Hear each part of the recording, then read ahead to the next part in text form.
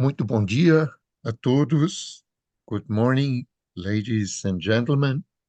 It is a pleasure and an honor for us today to have Professor William Schabas lecturing on genocide, the crime of crimes. When we invited Professor Schabas, and he was kind enough to accept our invitation, Professor Schabas mentioned that it was the first time he had the opportunity of working with USP, with the University of São Paulo. We are very glad that you accepted our invitation, and this may be the first of other initiatives we can work together on.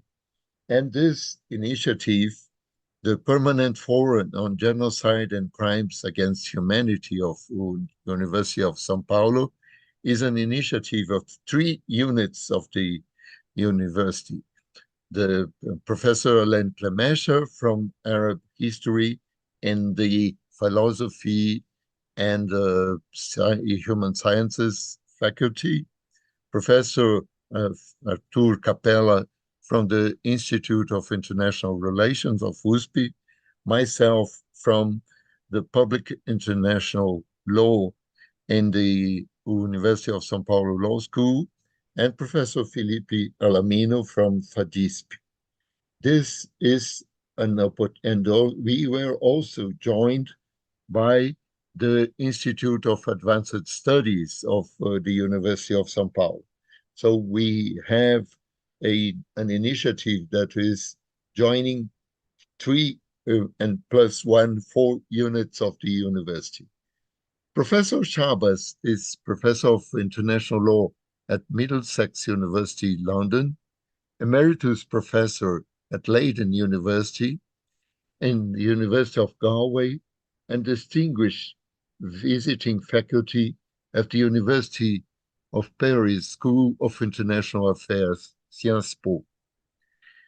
A third edition of his book, Genocide in International Law, is to be published in late 2024.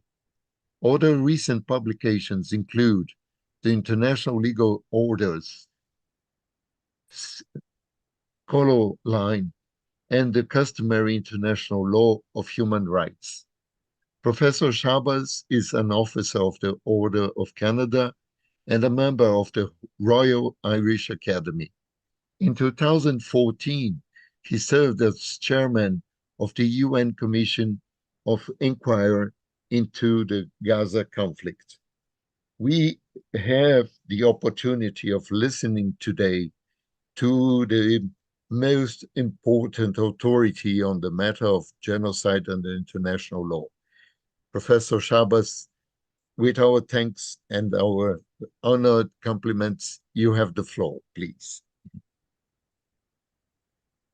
Well, thank you very much. Thank you for inviting me to deliver this talk. It's a subject that continues to evolve, one of great interest, and one that I'm continuing to follow. I learned from my publisher that actually the third edition of my book will be delayed perhaps a few months, so I'm expecting to see it early in February, but it couldn't come at a more timely moment.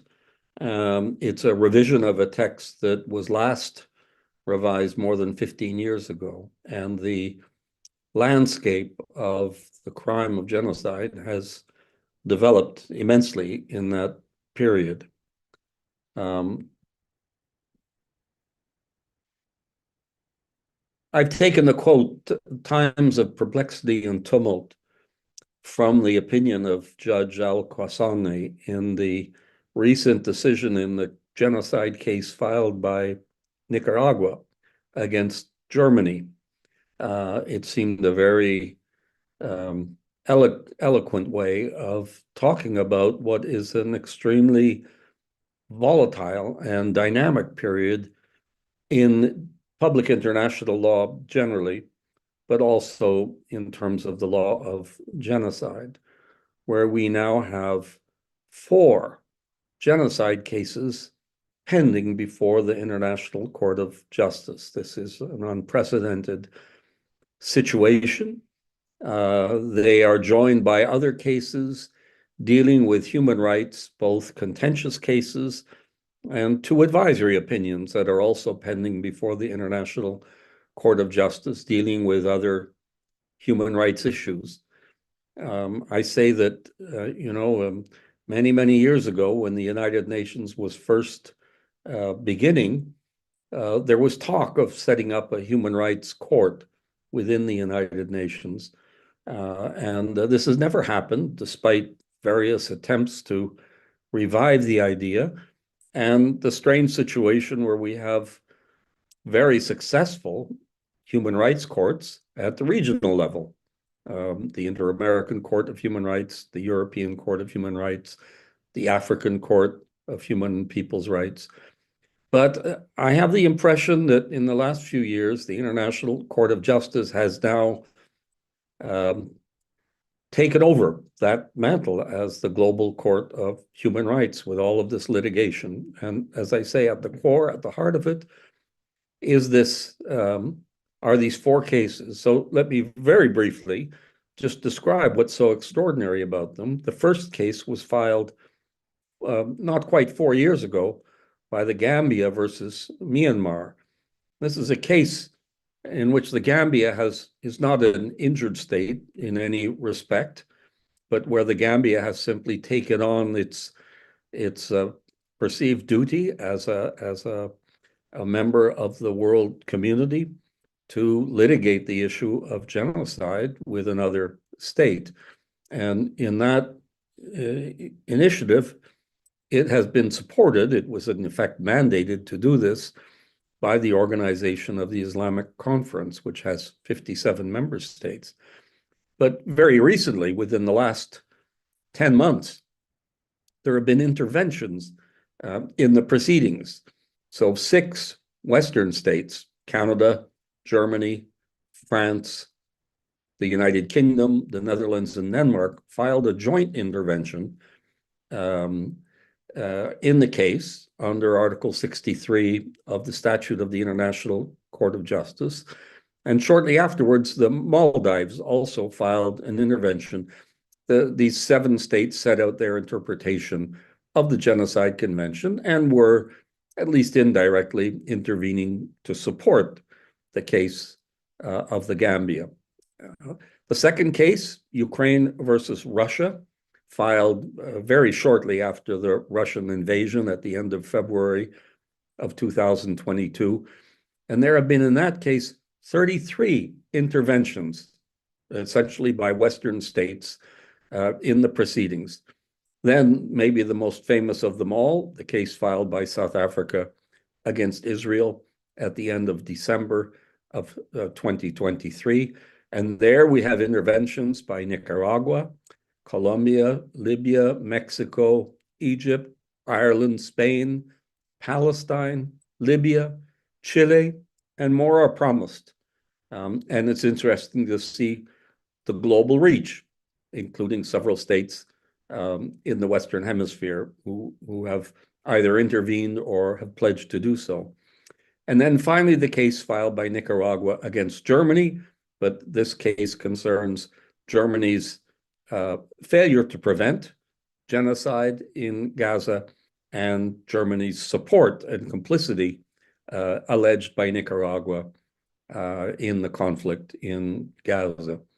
So taken as a whole, we have close to 50 states that have intervened directly in these proceedings, and that's not counting all of the states who are supporting the proceedings from the Organization of the Islamic Conference. And I don't think this has ever before happened in international law.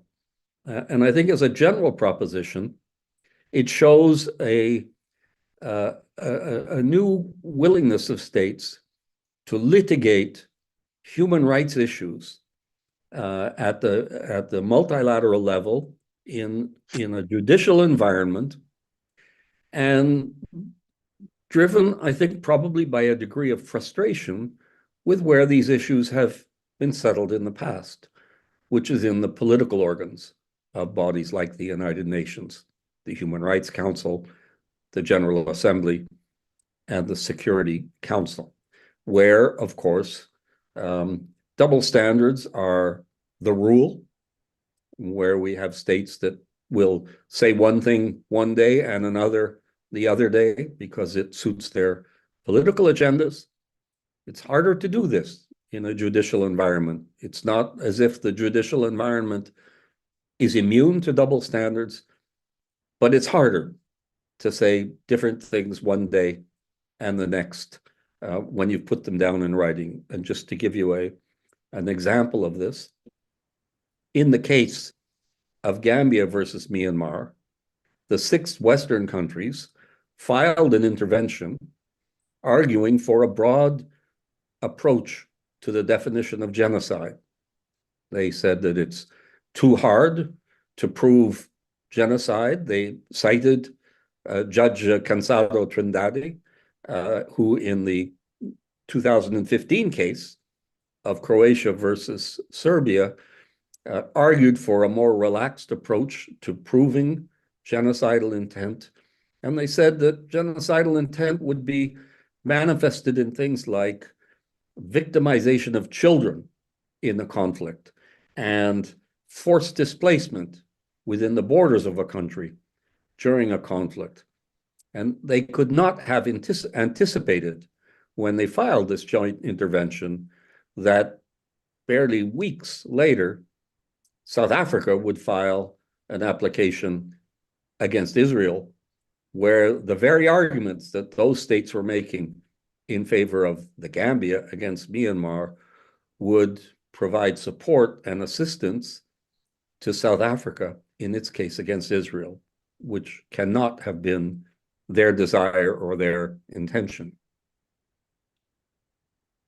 I want to say just a few words about my own interest in the subject. People often ask me, why did you, how did you get involved in this? I had finished my PhD in late 1992. It was on the issue of the death penalty. It had nothing to do with genocide, and this was not a subject to which I had given any great attention. And I found myself in January of 1993 visiting Rwanda as part of a human rights fact-finding mission. We issued a report upon the conclusion of our mission at the end of January. First, we issued a statement, a press release that I helped to draft, and then a report where we warned of the danger of genocide in Rwanda. And this was a controversial statement. And when challenged on it in this commission of inquiry, people turned to me and said, well, you're the guy with the PhD in international law. Tell us what it means. How do you interpret the Genocide Convention? And I was not in a position to give a serious, credible answer. It was something that I knew little about. I was embarrassed in a way that I wasn't able to provide a better explanation. And so I set to work studying it and discovered then in 1993, and then later when the genocide did take place in 1994, that there had been very little academic activity devoted to the Genocide Convention, academic and judicial, since the 1950s, in effect. There had been no serious study of a book length. There had been a few journal articles, but most of the writing about genocide and the Genocide Convention was outside the discipline and was the work of historians and social scientists.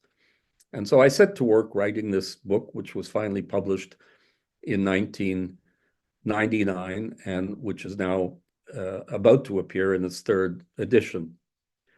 But there's another more maybe personal explanation. This is the name of my great aunt, Hinda Kommel. She was born with the surname Schabas, spelt in a different way than I spell it.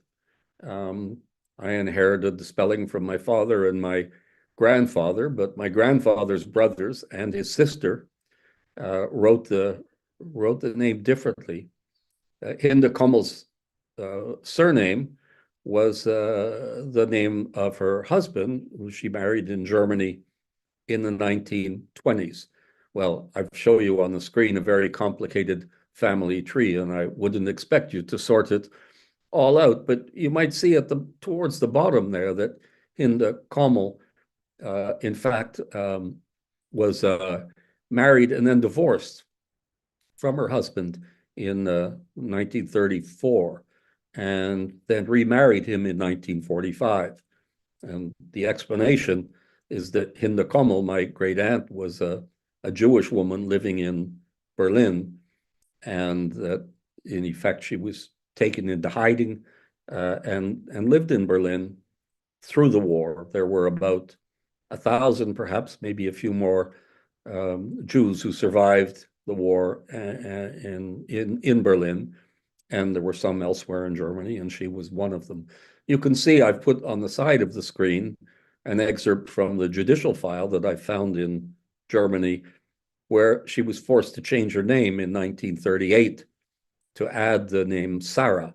And this was a requirement that the Nazis imposed on all Jewish women as a form of identifying them. And she would have worn the yellow star, as all Jews had to do as well at the time. So I have a personal interest, obviously, in this subject of genocide. This is a picture of the man who invented the word genocide, Raphael Lemkin. He was himself a refugee from Europe, a Jew born in what is now Belarus, I think. He went to university in Lviv, in what is now Ukraine, and then fled, went to the United States, and kind of reinvented himself. He was a lawyer in Poland before the war.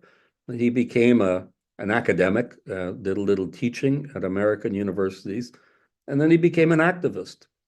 And he spent the rest of his life from 1944, when he invented the word genocide, until his death, campaigning for the adoption and then the ratification and entry into force of the Genocide Convention. His role is an important one. He's an extraordinary individual, but it's important to understand that his vision of genocide does not correspond entirely to what was finally adopted as a matter of international law. And the international law, of course, was the creation of states. To understand the notion of genocide, at least originally, and its recognition as a legal concept, we have to go first to Nuremberg. The Nuremberg judgment dealt with what we today think of as the genocide committed by the Nazi regime. But it did this only in a partial way. It did this in a partial way because the charter of the Nuremberg Tribunal, the legal framework that was used in the Great Trial, which took place in 1945 and until the 1st of October 1946, restricted the acts of persecution, the atrocities that were committed against Jews and against other minorities in Nazi Germany and then subsequently in the occupied territories. But the acts committed in Nazi Germany prior to the outbreak of the war were excluded from the scope of the trial. The trial insisted that atrocity crimes, it used the term there also for the first time, crimes against humanity, had to have a connection. We call it a nexus, had to have a nexus with the armed conflict. That was the notion of crimes against humanity that was set out in the charter of the tribunal and that was confirmed in the judgment that was issued at the end of September and the beginning of October 1946. Lemkin wasn't in Nuremberg when the judgment was issued, although others have said he was there. But we think now, we seem to be pretty confident that he was in the American hospital in Neuilly, in a French a Parisian suburb, when he learned of the judgment, he rushed back to the United States, where the General Assembly of the United Nations was about to open the second phase of its first session in New York. And he immediately started campaigning for the General Assembly to adopt a resolution on the issue of genocide. So here you can see on the screen from the summary records of the Sixth Committee of the General Assembly on the 22nd of November, 1946, the Cuban ambassador rose to propose a resolution. He did it on behalf of Panama and India. We believe that the speech he delivered was actually written by Raphael Lemkin. Lemkin had managed to recruit Panama, India, and Cuba to support the resolution. And when he did this, the delegate from Cuba, Ernesto de Higo, said that at the Nuremberg trials, he expressly said, this is to correct a shortcoming in the Nuremberg trials, to fill a gap in the law that had been left by the Nuremberg trials, which was the possibility of atrocities like genocide being committed in time of peace. I put up on the screen now the excerpt from the charter of the International Military Tribunal, adopted on the 8th of August, 1945, that explains this. And you can see that crimes against humanity are acts committed, it says, before or during the war, but in the connection with any crime within the jurisdiction of the tribunal. And any crime within the jurisdiction of the tribunal meant a connection with either war crimes or crimes against peace. This was the connection that Nuremberg imposed on atrocity crimes like crimes against humanity, including the acts that today we would consider as genocide. So the question arises, why did this happen? This is an excerpt from the minutes of the London conference where the charter of the Nuremberg Tribunal was adopted. Robert Jackson, who was the American judge sent by President Truman to represent the United States at the conference, Jackson went on to be the prosecutor for the United States, explained why it was necessary to restrict the scope of the definition of crimes against humanity. He said, and you can see it on the screen, we have some regrettable circumstances in our own country in which minorities are unfairly treated, and we think it is justifiable that we interfere or attempt to begin to bring retribution to individuals or to states only because the concentration camps and the deportations were in pursuance of a common plan or enterprise. And you can see in the final line, he says, we see no other basis on which we are justified in reaching the atrocities which were committed inside Germany under German law, or even in violation of German law by authorities of the German state. And there you have it in a nutshell, because the reason why Robert Jackson didn't want to recognize crimes against humanity in peacetime, because he was concerned that it would suggest that there was a precedent whereby atrocities committed inside the United States under American law, or even in violation of American law by authorities of the state, would be recognized as crimes under international law. And his colleagues around the table, the representatives of the United Kingdom, of France, and of the Soviet Union, appear to have been of the same opinion. And this is why it was three countries of the global South, which was not as robust a political force in 1946 as it is today, campaigned for recognizing, for filling this gap in the law of Nuremberg. And they were able to do this through the Genocide Convention.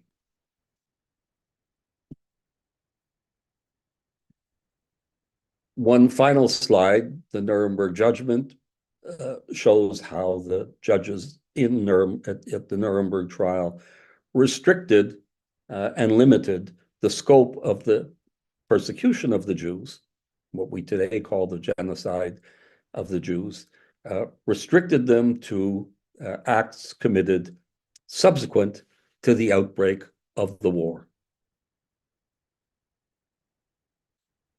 This is the heart of the Genocide Convention. The Genocide Convention was adopted in 1948 on the 9th of December by the United Nations General Assembly, a unanimous resolution.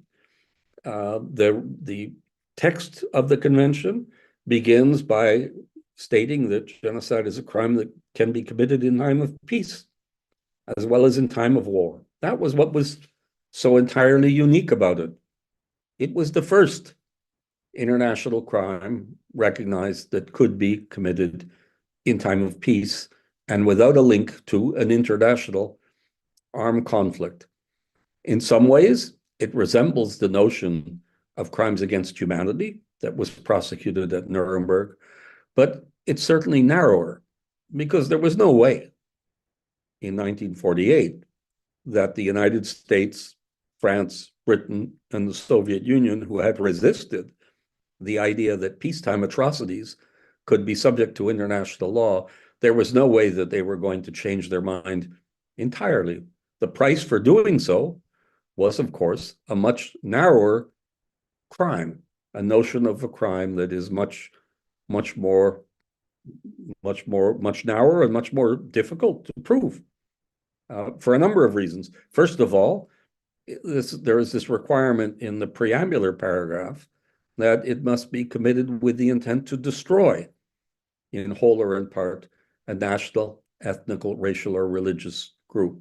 This is really the heart of the problems we have with genocide prosecutions and with cases under state responsibility before bodies like the International Court of Justice. Proving this intent to destroy. With crimes against humanity, we don't have to prove the intent to destroy. We don't have to prove destruction at all. Crimes against humanity deals with questions of persecution of a group. Crimes against humanity is also much broader because it not only covers a national, ethnic, racial, or religious group, but a range of other groups based on such things as political opinion, gender, and so on. And it's followed then by the list of punishable acts, killing members of the group, causing serious bodily or mental harm to members of the group, inflicting on the group conditions of life calculated to bring about its physical destruction, and so on. It's rarely been very difficult to establish that one of these acts in the paragraphs in Article 2 is committed. The challenge has almost invariably been to prove that it was done so with the intent to destroy the group. And I have seen even recently people have tried to argue that if you could prove that all five acts had been committed, that perhaps you didn't have to prove that it was done in fulfillment of the intent to destroy the group as such. But I don't believe that to be a really serious or credible interpretation. Now, one of the features of the convention that is of great interest is the prescription on how the crime is to be prosecuted. The convention's title is the Convention on the Prevention and Punishment of the Crime of Genocide, but really most of the convention is about the punishment rather than the prevention. The word prevention appears there, and it was subsequently given some flesh but judicially by the International Court of Justice in the 2007 case of Bosnia versus Serbia.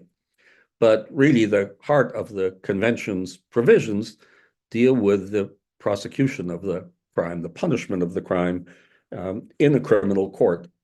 And Article 6 is very restricted because it says that persons charged with genocide are to be tried by a competent tribunal of the state of which the act was committed, which in many cases would doom any hope of prosecution because presumably the state was involved in one way or another with the commission of the crime.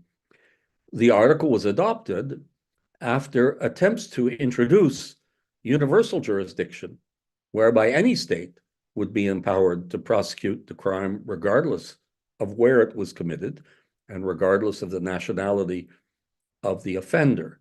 But these were rejected by quite strong majorities. It was not a popular idea at the time. In order to diminish perhaps the hopelessness of the idea that it would be prosecuted by the state where the act was committed, the convention also provided for an international penal tribunal to be created. One did not exist at the time in 1948, but in a companion resolution to the resolution adopted on the 9th of December 1948, containing the Genocide Convention, the General Assembly called upon the International Law Commission to study the feasibility of creating an international criminal court. And if we're looking for the moment of conception, one could say, of today's International Criminal Court, created by the Rome Statute, which was adopted 50 years later in 1998, it's Article 6 of the Genocide Convention and the resolution adopted with it. Of course, it was a long story for that to ever come to fruition and result in the actual creation of a tribunal. The other clause that is of great interest to us today because of these cases pending at the International Court of Justice is Article 9. Article 9 is what we international lawyers call a compromissory clause, because it recognizes the jurisdiction of the International Court of Justice in settling disputes relating to the Genocide Convention. The International Court of Justice is the World Court. It's the principal judicial organ of the United Nations. All members of the United Nations are also parties to the statute of the International Court of Justice, but that doesn't mean that they accept the jurisdiction of the International Court of Justice. They have to do this by making general declarations. About 1/3 of the member states have done so, or specific acceptance in particular cases. And also they recognize it through these compromissory clauses, which figure in a number of international treaties. And so we have many states who have not accepted the general jurisdiction of the International Court of Justice, but have accepted the jurisdiction of the court when the Genocide Convention is at issue. There are, I think, now about 140 such states, so approximately double the number of states that have accepted in a general way the jurisdiction of the International Court of Justice.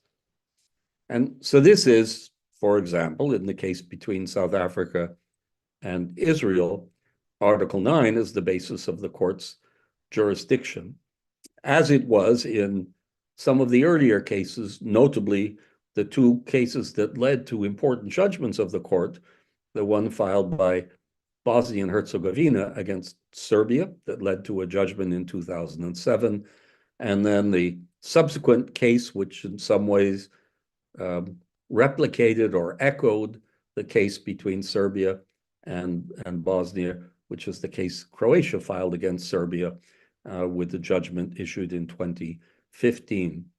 And in those cases, there was a great deal of frustration because the court came to the conclusion that it could not attribute genocidal intent to Serbia, that Serbia could not be therefore found to have committed genocide against Bosnia and Herzegovina or against Croatia. And the unfortunate part of that for the applicant states was that the court then was without jurisdiction to make any other determination. If it's a prosecution, a criminal prosecution of an individual at the International Criminal Court, if genocide is charged and if the court is unable to reach the conclusion that genocide was committed, it can still convict an accused person of a lesser offense, an offense where the requirements are not as demanding, particularly crimes against humanity, and war crimes. But when the jurisdiction of the court is based exclusively on the Genocide Convention, it has no such option. And if it decides that the genocidal intent is not proven to the requisite high standard, then it can only dismiss the case. So this is the challenge that is today confronting particularly the Gambia in the case against Myanmar, and the case of South Africa against Israel. Now, I want to say a few words about each one of these cases, because this is a work obviously in progress, and there are things that are happening almost every week in one or other of the cases. The Gambia versus Myanmar case was filed in late 2019, and it led almost immediately, by January of 2020, to an order for provisional measures by the court. The provisional measures order has a relatively low requirement before the court. It's relatively easy to obtain a provisional measures order because the court's standard is quite low for giving such an order. It probably has the consequence that the orders are not very demanding. In the case of Gambia versus Myanmar, the order was very largely an order to Myanmar not to commit genocide, which is, of course, very desirable, but Myanmar's simple answer to that would be, we didn't commit it before, and we're not going to commit it in the future, and we're not allowed, we'd be in violation of the law were we to do so. It's I think normally in a domestic legal order, I had experience myself for many years practicing as a lawyer, you would obtain a provisional measures order to stop someone doing something which they're legally entitled to do. And we can see this also at international human rights courts like the Inter-American Court of Human Rights or the European Court of Human Rights, where it's not unusual to have an order of interim or provisional measures ordered. But as a general rule, those are orders to a state not to do something that it's otherwise entitled to do, such as expelling someone from its territory. So all of this is to say that it's not that challenging to obtain a provisional measures order. The legal effect of them may not be great, but the political effect of them is enormous, absolutely enormous. And this was evident in Gambia versus Myanmar with the order that was filed in January of 2020. In that case, the case has now worked its way through an initial stage of preliminary objections, and now the parties are finalizing their submissions. I think that this has to be completed by sometime in 2025, and then the court may order another round of written submissions. This is possible, although it's not done in every case. So I think that we're probably looking at a hearing in the Gambia versus Myanmar case at the end of 2025 or sometime in 2026, with a judgment perhaps by the end of 2026. And I think that that judgment will largely set the tone that will then prevail in the case of South Africa versus Israel. Let me say more about that in a minute, but since I'm proceeding chronologically, let me just say a few words about the Ukraine versus Russia case. Ukraine versus Russia was filed with a very creative approach to the Genocide Convention, in that Ukraine did not charge Russia with committing genocide. Ukraine said that Russia has invaded us and they have used the prevention of genocide as a pretext or as a justification for doing so. And this is a false pretext because we haven't committed genocide. What Ukraine was trying to do was to get an order against Russia indirectly through the Genocide Convention, but really one dealing with the invasion itself, with the use of force.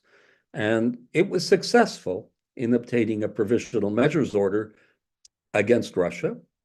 As I say, this was not, as we all know, was not effective in a practical sense, but it was politically quite effective and quite helpful to Ukraine.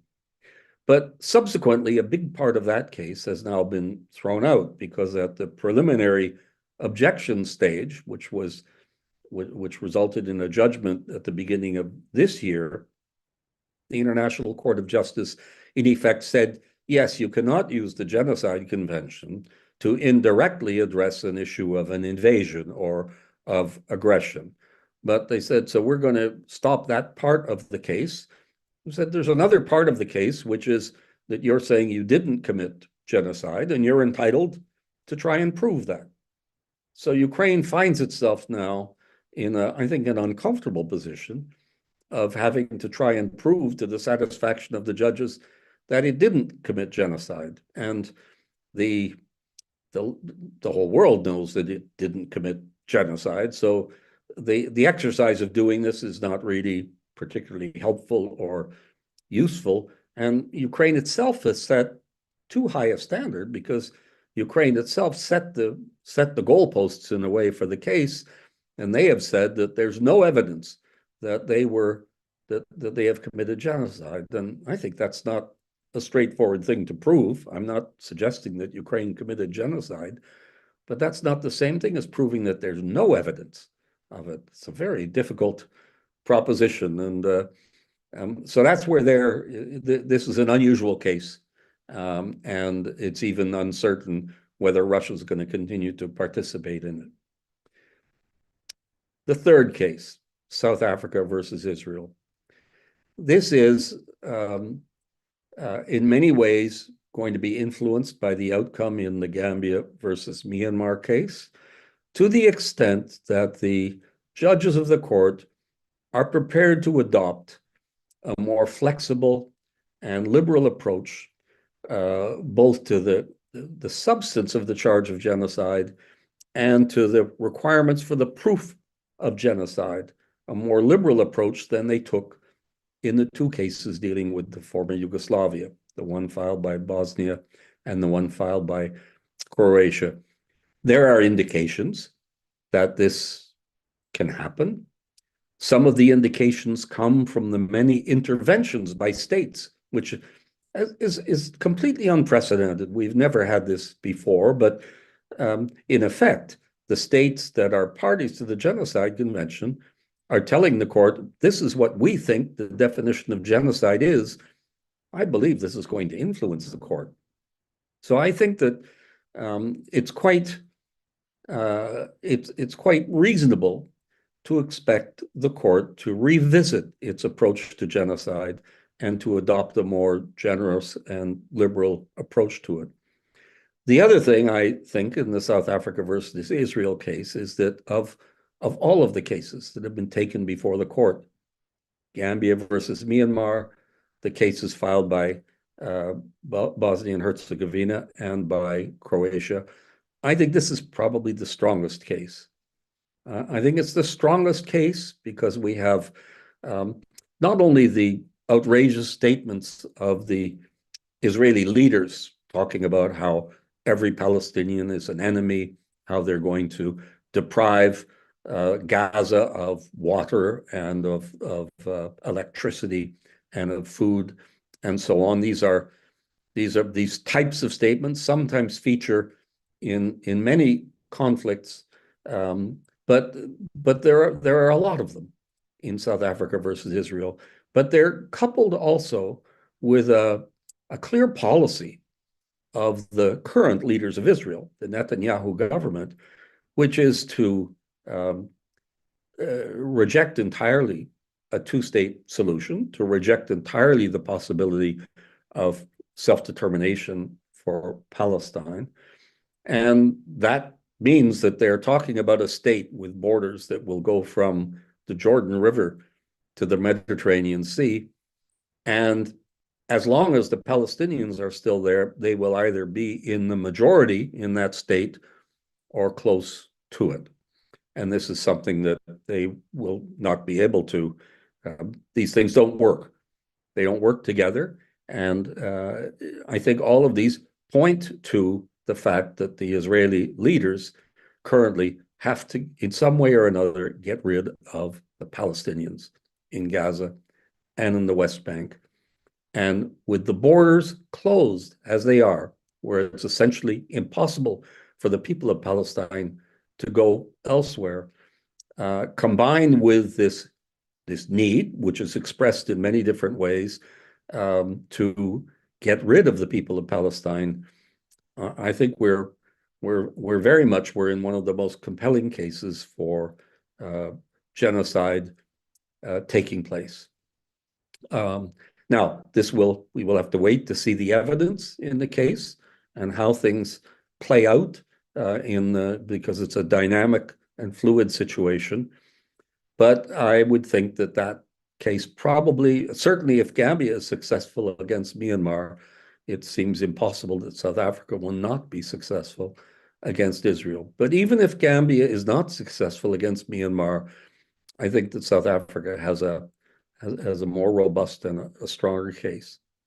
And then finally, we have this very interesting case filed by Nicaragua versus Germany, which focuses on issues like German complicity and through support for Israel, and on Germany's failure to prevent genocide because of its influence over Germany. And this is an issue that really results from the judgment of the International Court of Justice in the Bosnia versus Serbia case in 2007. In that case, the judges concluded that they could not attribute genocidal intent to Serbia. At the same time, they recognized that genocide had been committed within Bosnia and Herzegovina when the Srebrenica massacre took place in July of 1995. And in so doing, they were simply following the conclusions of the International Criminal Tribunal for the former Yugoslavia. So they endorsed them, but they said, we can't blame Serbia for this. This was the work of the Bosnian Serb forces. And they said, we don't have the evidence that Serbia was in control and was directing the Bosnian Serb forces in the commission of genocide. But they went on and essentially developed a doctrine about the prevention of genocide, where they said that Serbia, because of its relationship to the Serbs in Bosnia, its influence over them, that it had a duty to prevent genocide and that it had failed in doing so. And so there was a finding against Serbia for its failure to prevent genocide under the convention. It was really quite a radical conclusion, because it was saying that duty to prevent genocide applied outside the territory of Serbia, that Serbia was responsible for acts that it did not commit and that took place outside its own territory. In the judgment in 2007, the judges referred to some other treaties where there's an obligation to prevent the crime. They pointed to the Torture Convention and to some other counterterrorism conventions. And so they said, so there's nothing particularly innovative about what we're proposing. But there certainly was, because there's no treaty where a state has an obligation to prevent acts that take place outside of its territory, where it has an explicit obligation. And so this is was a very important, a marvelous creation, really, from the standpoint of enhancing human rights law. And there are obvious applications of this to the situation in Gaza, not just in Gaza, but in the whole of the occupied Palestinian territory. And there have been attempts to take this case to court in domestic proceedings in the United States, but these are very difficult. But it's at the root of the case filed by Nicaragua versus Germany, that Germany, because of its position of influence, is in violation of the Genocide Convention for its failure to prevent genocide in Gaza.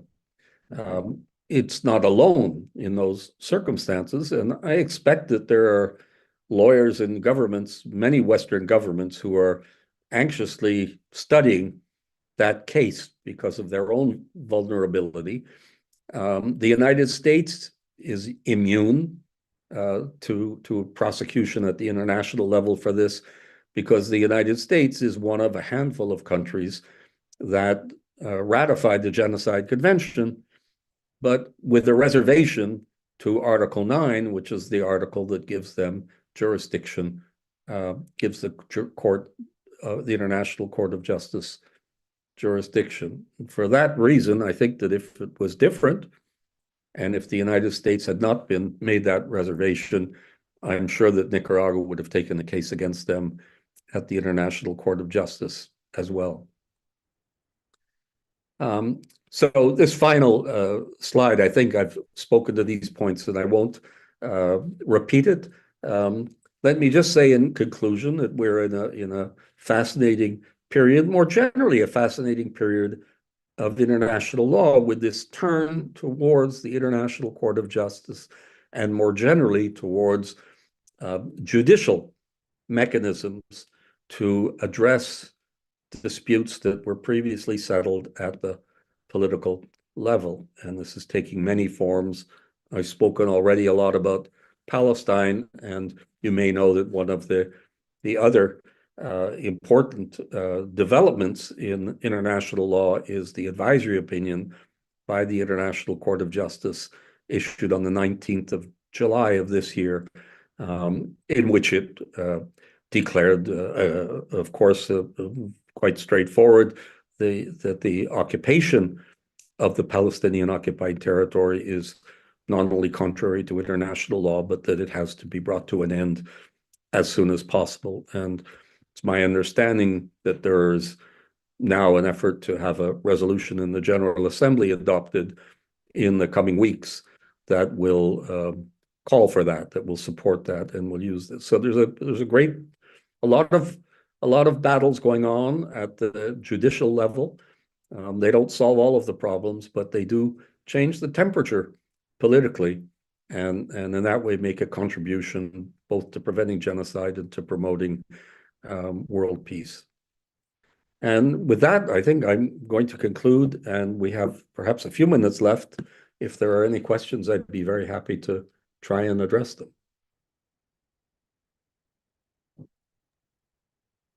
Thank you so much, Professor Schabas. This was an illuminating lecture, and it is very positive to listen to you when you mentioned that we are in an interesting period for international law, and you see relevant developments in the international protection of human rights. Most of the press comments and the general opinion tends to say that the institutions are not coping with the challenge, are not being able to handle matters properly.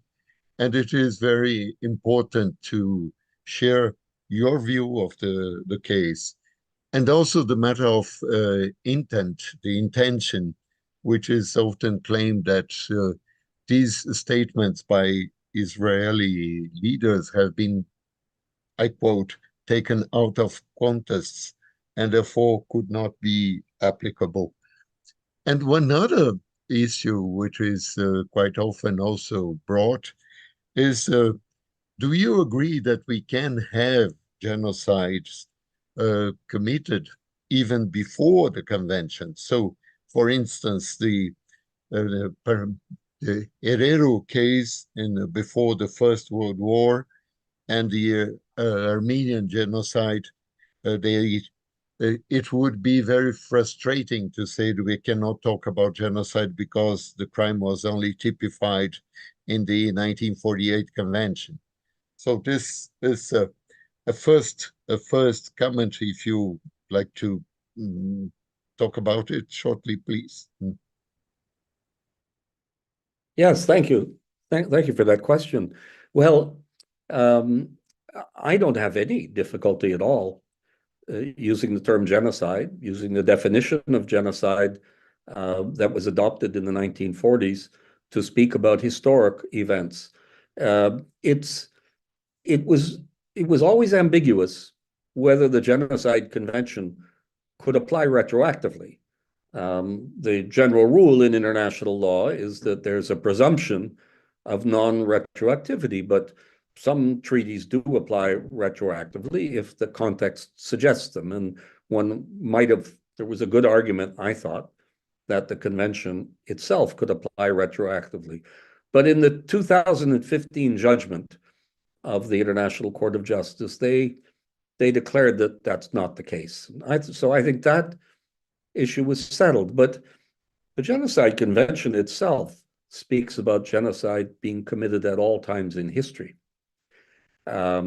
Moreover, the resolution that led to the Genocide Convention, which was adopted in December of 1946 by the General Assembly of the United Nations, was a declaratory resolution. It was well understood then and still is today that the General Assembly is not really a legislative body, but a body that cannot create law, and that's not what it was doing in 1946. The resolution that was adopted in December of 1946, that then led 2 years later to the convention, was declaring what the law was in December of 1946, and it said genocide is a crime. And if it was a crime on the 11th of December 1946, then it must have been a crime on the 10th of December 1946 as well, and on the 9th of December 1946, and so on. So I think there's a very compelling argument that genocide was a crime under international law prior to 1946. How far back we can go is a matter of some debate, although of perhaps not much practical interest. We're not going to prosecute anybody for murdering the Herero in 1904. We're not going to prosecute anybody for murdering the Armenians in 1915. So it's really more of a theoretical proposition, but there's nothing wrong with using the term genocide to speak about past events. And we might also distinguish between the crime of genocide and genocide tout court. And we have examples going back to the destruction in Mytilene by the Athenians in, I don't know when, a very long time ago. Yes, thank you. And also the ethnic cleansing that Azerbaijan carried out this year against the Armenian population, that they were literally thrown out of their homeland in a very short and brutal notice, leaving no option. Either you leave now or you are dead. So this is something which was quite shocking, even if we don't have the genocide featured as such. But this ethnic cleansing was very beyond what everything that could be argued as legitimate for the protection of the Azeri side. I don't know if my colleagues and co-organizers have any comments, questions. I don't want to monopolize Professor Schabas all to myself. Well, excuse me, Professor. Yes, I just wanted to say, I do have to leave very shortly. I had booked 1 hour, and I have to catch a train shortly. So, Professor Paulo, if I could ask a very quick question. Please, sure. Okay, Professor Schabas, well, thank you very much for the historical approach. I'm a historian. I work with Arab and Palestinian history, so that was very, very enlightening, very interesting. Thank you very much. And a short, quick question: what would you possibly suggest as a measure that Brazil as a country could do to help end the genocide in Palestine through judicial, International Court of Justice, and so on measures? What would be the most practical and effective measure in this case, in your view? Well, I assume that Brazil is not providing any, is not selling weapons or providing weapons or making a contribution in that way, which is the case. I'm coming to you from France. I'm going to the United Kingdom this evening. That's a real issue here in Europe, but I doubt that that's of any practical consequence. I would think that Brazil should intervene in the case of South Africa versus Israel. I think your president may have already made a statement to that effect, that it was considering doing so or would like to do so. So I think that is a very practical significance. I think that there are many states now that are doing this, that are intervening in different ways in this litigation, and it's important, and you don't want to be left out either. Well, thank you very much for your opinion, Professor Schabas. Thank you very much.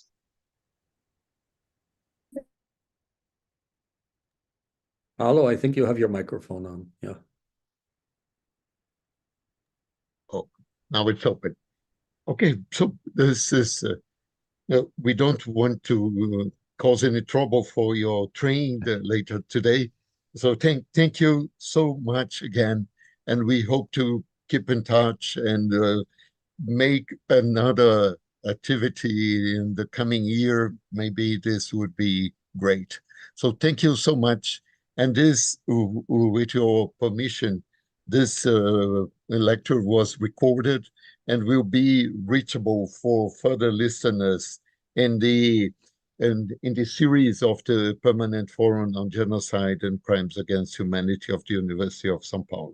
So thank you so much for your contribution, and hope to see you soon again. Thank you. Thank you for having me. Thank you very much.